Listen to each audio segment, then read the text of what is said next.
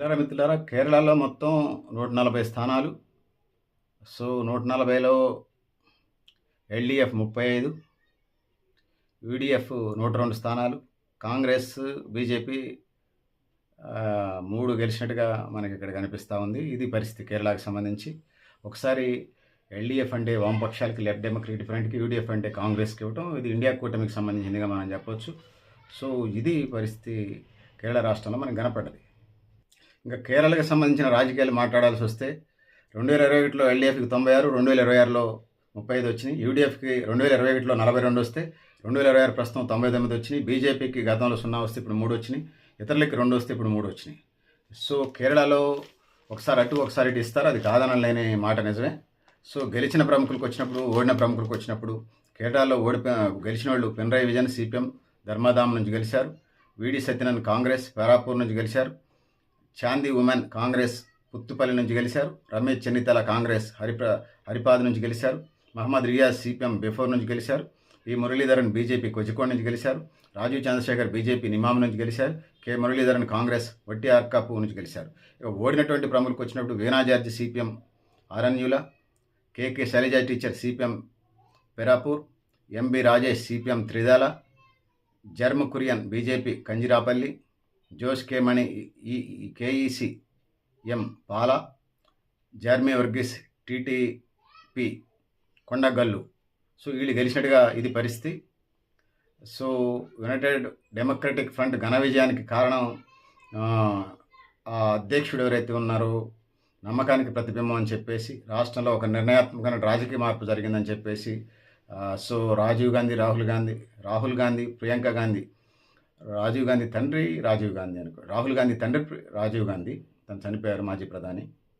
So Priyanka Gandhi, Rahul Gandhi ప్రచారం వల్ల గెలిచిందని చెప్పేసి పరిస్థితి కనపడతా ఉంది. సో కేరళ ప్రజలకి ప్రియాంక గాంధీ కూడా థ్యాంక్స్ చెప్పినటువంటి పరిస్థితి మనకు కనపడతా ఉంది. సో ఈ తీర్పు రాబోయే 5 ఏళ్ల పాటు మంచి పరిపాలనకి దారి వేస్తుందని చెప్పేసి ప్రియాంక గాంధీ అంటుంది. యూడీఎఫ్ అఖండమైన తీర్పుగా ఇది ప్రియాంక గాంధీ వర్ణించింది. సిపిఎం రాష్ట్ర కార్యదర్శి ఎంఈ గోవిందన్ ఏం మాట్లాడుతున్నాడంటే, ప్రజల తీర్పును గౌరవిస్తున్నాం. విజయం సాధించిన యూడీఎఫ్ కూటమికి అభినందనలు. ఎల్డీఎఫ్ ఓటమికి దారితీసిన పరిస్థితులను విశ్లేషించుకుంటాం, పొరపాట్లు సరిదిద్దుకుంటాం. అధికారం కోల్పోయినప్పటికీ నిరంతరం ప్రజల్లో ఉండి పనిచేస్తాం, ప్రజా సమస్యల మీద పోరాడతాం. కేరళ అభివృద్ధి కోసం కొత్త ప్రభుత్వానికి మా వంతు సహకారం ఉంటుంది. ఆ విధంగా పినరాయి విజయన్ నేతృత్వంలో మా ప్రభుత్వం ద్వారా కేరళ ప్రజలకు మెరుగైన పరిపాలన అందించాం, కానీ ప్రజలు మార్పు కోరుకున్నారని చెప్పేసి వినపడతా ఉంది. సో ఇది పరిస్థితి. సో ఈ విధంగా ఉన్నది. సో దాంతోపాటు తిరువనంతపురం కేరళ ఎగ్జిట్ పోల్ సంచలనాలను నిజం చేస్తూ అక్కడ కేరళలో ఇదే గెలిచింది. ఏ పార్టీ? కేరళలో కాంగ్రెస్ పార్టీ, యూడీఎఫ్ఏ గెలిచింది. సో ఇది పరిస్థితి. 2024 లోక్సభ ఎన్నికల నాటికి స్థానిక సంస్థల ఎన్నికల ఫలితాల్లో ఆత్మవిశ్వాసంతో యూడీఎఫ్ 98 స్థానాల్లో విజయం. అంటే గ్రామ పంచాయతీ ఎన్నికల్లో కూడా ఎల్డీఎఫ్ ఓడిపోద్ది అనేది మనకి స్పష్టంగా ఆ ఎన్నికలకు సంబంధించి మనకి కనపడ్డది.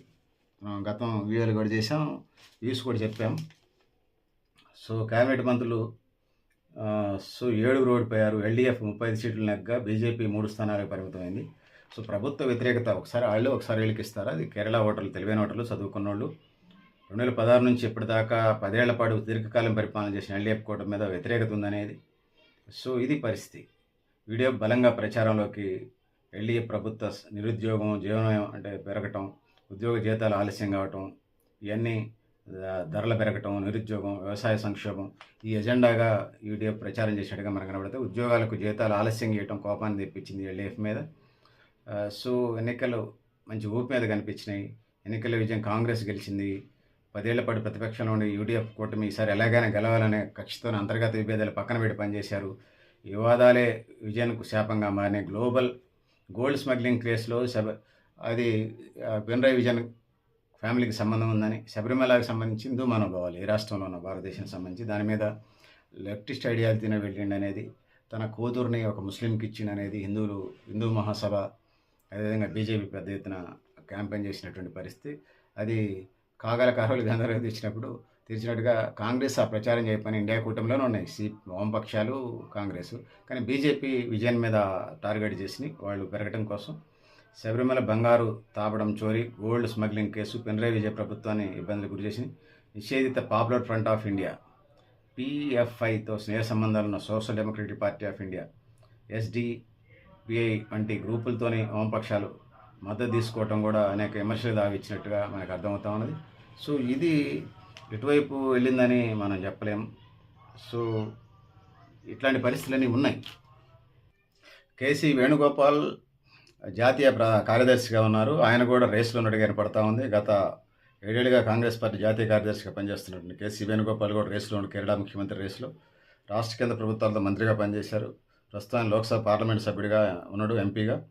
తిరిగి రావడం, ఢిల్లీలోని కాంగ్రెస్ సంస్థాగత నిర్మాణం, కొత్త రాజకీయ సమీకరణాలు ఏర్పడడానికి కాంగ్రెస్ హైకమాండ్కి ఇదిగా ఉన్నది. మరి ఏం జరుగుతుందో చూడాలి. ముఖ్యమంత్రికి పంపిస్తాను అట్లా ఉంచుతారు. దాంతో పాటు వీటి సతీశన్ కేరళ ప్రస్తుత రాజకీయ పరిస్థితుల దృష్ట్యా చూస్తే ముఖ్యమంత్రి పదవికి ఆయనే బలమైన పోటీదారు కనపడుతున్నాడు. లాస్ట్ 10 ఇయర్స్గా ప్రతిపక్ష నాయకుడిగా ఉండి పనిచేసినట్టు సతీశన్ ముఖ్యమంత్రి పినరయి విజయన్కు ప్రత్యక్ష సవాలు శ్రీండు. దూకుడు శైలి కారణంగా ఆయన యువతలో గణనీయమైనటువంటి ప్రజాదరణ పొందిండు. ఆయన నెహ్రూ భావజాలతో దృఢంగా పాతుకుపోయి ముక్కుసూటిగా మాట్లాడే నాయకుడిగా పేరుంది. అయితే నాయర్ సమాజంలో తనకంటే చిన్నితలకే ఎక్కువ ప్రజాదరణ ఉందనే భావన కూడా ఉన్నది. సో రమేష్ చిన్నితల అనేటువంటి మూడో అభ్యర్థి కూడా ఉన్నాడు. ముగ్గురు కనిపిస్తూ ఉన్నారు ఇక్కడ. ఒకళ్ళు కేసీ వేణుగోపాల్, వీడి సతీశన్, రమేష్ చిన్నితల. హైకమాండ్ ఏం చేస్తూ చూడాల్సిన అవసరం అయితే ఉన్నది. సో ఇక రమేష్ చిన్నితల రాష్ట్ర శ్రేణిలో అత్యంత సీనియర్ నాయకుడు. వయసు దృష్ట్యా ముఖ్యమంత్రి చేపట్టేందుకు ఇది ఆయనకు చివరి అవకాశం కూడా ఉంటుంది. సంస్థాగత నిర్వహణ రెండింటిలో విస్తృతమైన అనుభవం ఉంది. అంతేకాకుండా కేరళ కాంగ్రెస్ ప్రభుత్వంలో యూడీఎఫ్ కూటమిలో భాగస్వామ్య పార్టీలు ఆయనపై విశ్వాసం కూడా ఉన్నాయి. ఇటీవల ఎన్నికల ప్రచారంలో కమిటీకి నాయకత్వం వహించే బాధ్యతను ఆయనే చేశాడు. రమేష్ చెన్నితల అపారమైన అనుభవం ప్రయోజనం పొందుతున్నప్పటికీ అదే వయసులో ఆయనకు ఒక అడ్డగోడు కూడా ఉంది.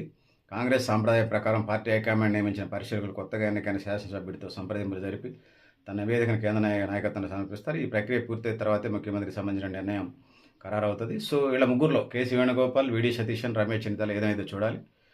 సో కేరళలో 3 సీట్లు అయితే గెలిచినట్టుగా బీజేపీ అర్థమవుతా ఉంది. ఇందులో బీజేపీ కేరళ అధ్యక్షుడు రాజీవ్ చంద్రశేఖర్ 4,978 ఓట్లతోనే గెలిచిండు. చెత్తన్నూర్ బీబీ గోపకూరులో 4,398 ఓట్లతోనే ఆయన గెలిచిండు. ఇక కేంద్ర మాజీ మంత్రి వి మురళీధరన్ 428 ఓట్ల తేడాతోనే బయటపడ్డాడు. కేరళ అసెంబ్లీ ఎన్నికల్లో 3 బీజేపీ గెలిచారు. 2016 1 సీటుతో ఉన్నది. ఇప్పుడు 3 పెరిగారు. వాళ్ళు జోష్లో ఉన్నారు. ఇక లెఫ్ట్ పార్టీ డౌన్ అయినాయా. సో బెంగాల్లో ఇప్పటికే ఏమి లేనటువంటి పరిస్థితి మనకు కనపడతా ఉంది. కేరళకు వచ్చినప్పుడు త్రిపుర ఇప్పటికే ఓడిపోయింది. సో దేశవ్యాప్తంగా నీతి నిజాయితీల పేరుతోనే ముందుకు నడిచినటువంటి వామపక్షాలు మరి ఎందుకు ఓట్ బ్యాంక్ని ట్రాన్స్ఫర్ చేసుకోపోలేదు అనేది ఇలా ప్రధానంగా మనకు కనపడుతున్నటువంటి మాటగా ఉన్నది. కేరళ రాష్ట్రాన్ని కూడా ఓపెట్టుకుంది. మరి సరే ఇదే పూర్తిగా డౌన్ అయిందని చెప్పలేం.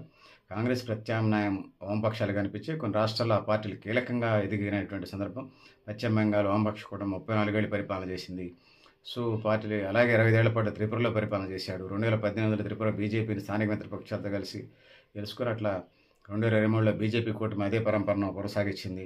కేరళ రాష్ట్రంలో కూడా వామపక్షాలు అధికారంలో ఉన్నాయి. సో ఇక్కడ కూడా యూడీఎఫ్ పేరుతోనే వామపక్షాలు బలహీనపడ్డాయి. సో వివిధ రాష్ట్రాల్లో బీజేపీ ప్రాంతీయ పార్టీలు పెరగటం, లేకపోతే కాంగ్రెస్ ఈ వామపక్షాలని సైజు తగ్గించడంలో ఆ పరిస్థితులు ఉన్నాయి. సో ఆ స్థాయిలో వామపక్షాలు అందుకోలేదనేది వామపక్ష విశ్లేషకుల వాదనగా వినపడుతూ ఉన్నది. వామపక్ష విశ్లేషకులనే వామపక్ష శ్రేయోభిలాషుల మాటలుగా ఉన్నాయి. 1962లో మాత్రం ఉమ్మడి కమ్యూనిస్ట్ పార్టీగా ఉన్నటువంటి ఎన్నికల్లో 9.91 సీట్లతోని 29 సీట్లు గెలిస్తే 1964లో సిపిఐ నుంచి సిద్ధాంతపరంగా సిపిఎం విడిపోయింది. 2024లో సిపిఎం గరిష్టంగా 43 సీట్లు గెలుచుకుంది. మారిన సైద్ధాంతిక లక్ష్యం స్వతంత్ర భారతదేశంలో ప్రత్యామ్నాయంగా కాంగ్రెస్కి ప్రత్యామ్నాయంగా ఉండేది. 1988లో కాంగ్రెస్ వ్యతిరేకంగా పనిచేయడం ప్రారంభించి ఏపీ సింగ్ ప్రభుత్వాన్ని బయట నుంచి మద్దతు ఇచ్చింది. 1992లో బాబ్రీ మసీద్ కూల్చివేసిన తర్వాత తన పందాన్ని మార్చుకుంది. అప్పటి నుంచి బీజేపీ వ్యతిరేకతను పెంచుకుంది. సో కలిసి కాంగ్రెస్ వామపక్షాలు కలిసి జర్నీ చేసినట్టుగా ఉంటాయి. సో అప్పటిదాకా వామపక్షాలు కాంగ్రెస్ సైద్ధాంతిక శత్రువుగా భావించాయి. కానీ బాబ్రీ మసీద్ కూల్చివేసిన తర్వాత సైద్ధాంతిక శత్రువును మార్చుకున్నట్టుగా దీనికి అర్థమవుతుంది. ఇంతవరకు కాంగ్రెస్ వ్యతిరేక పాత్ర పోషించినటువంటి వాళ్ళు వామపక్షాలు మీద ఓటర్లకి సందిగ్ధం ఏర్పడింది. వామపక్షాలకు సంబంధించి వచ్చినప్పుడు ప్రాంతీయ పార్టీల హవా కూడా ఉంది. తమిళనాడులో డిఎంకే అన్నా డిఎంకేలు, ఒడిశాలో బీజేపీ జనతాలు, బీహార్లో ఆర్జేడీ జేడీయూలు, ఉత్తరప్రదేశ్లో సమాజ్వాదీ, ఏపీలో తెలుగుదేశం, అస్సాంలో అస్సాం గణ పరిషత్, పంజాబ్లో శిరోమణి అకాలీదళ్ వంటి పార్టీలు వామపక్షాల ఓట్ బ్యాంక్ని కొల్లగొట్టినట్టుగా అవి ఆక్రమించినట్టుగా అర్థమవుతాయి. గుజరాత్, మధ్యప్రదేశ్, రాజస్థాన్ రాష్ట్రాల్లో బీజేపీ స్ట్రెంత్గా కావటం, వామపక్షాలు బలహీనపడ్డట్టుగా మనకు కనపడతా ఉంటుంది. సో ఇది పరిస్థితి. ఇప్పుడు పశ్చిమ బెంగాల్, త్రిపుర, కేరళ రాష్ట్రాలకే పరిమితమైనటువంటి ఇది. ఈ కేరళ, పశ్చిమ బెంగాల్, త్రిపుర గత 2023లో త్రిపుర పోయింది. ఇప్పుడు 2026లో వామపక్షాలకు సంబంధించి పశ్చిమ బెంగాల్ ఒక్క సీటు కూడా గెలవలేదు.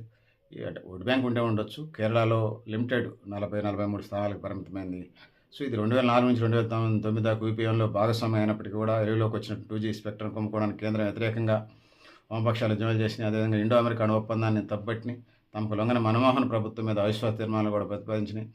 ప్రజాసేవ వామపక్షాల కృషిగా విజయంగా ముందుకెళ్ళినాయి. పశ్చిమ బెంగాల్ వామపక్షాలు నిలబడి సాగిన అణచివేత ఆనవాళ్లు ఇంకా కనపడుతున్నాయని చెప్పేసి వామపక్షాల విమర్శకులు మాట్లాడుతున్న మాట. కేరళలో కూడా పినరయి విజయన్ కుటుంబ సభ్యులు బంగారం అక్రమ రవాణా వ్యవహారం, శబరిమలకు సంబంధించిన విషయాలు హిందూ మనోభావాలకు సంబంధించిందిగా భావిస్తున్నట్టుగా యావత్ దేశం కనిపిస్తోంది. జాతీయ స్థాయిలో కూడా ఆ పార్టీ ప్రభావం మందగించింది. 2014లో 2 వామపక్ష పార్టీలు కలిపి 10 సీట్లు గెలిస్తే 2019లో 5 సీట్లు పరిమితమై ఇప్పుడు 2026లో అంటే 2024 జరిగిన ఎన్నికల్లో సిపిఐ, సిపిఎం లోక్సభలో 6 ఎంపీలు ఉన్నారు. సిపిఐ ఎంఎల్కి 2, మొత్తం 8 మంది ఎంపీలు, మొత్తం ఫార్వర్డ్ బ్లాక్ ఒకటి 9 మంది ఎంపీలు ఉన్నారు. ఇది వామపక్షాల పరిస్థితి మనకు అర్థమవుతా ఉంది. కేరళను బేస్ చేసుకొని ఈ సందర్భంగా ప్రస్తావిస్తాను. సో పెద్దలారా, మిత్రులారా, ఇది పరిస్థితి. మీరు కూడా మీ అభిప్రాయాలను కామెంట్ బాక్స్లో తెలియజేస్తూ, నేను గరిడేపల్లి సత్యనారాయణ, న్యూ లక్ష్య ఆర్గనైజేషన్.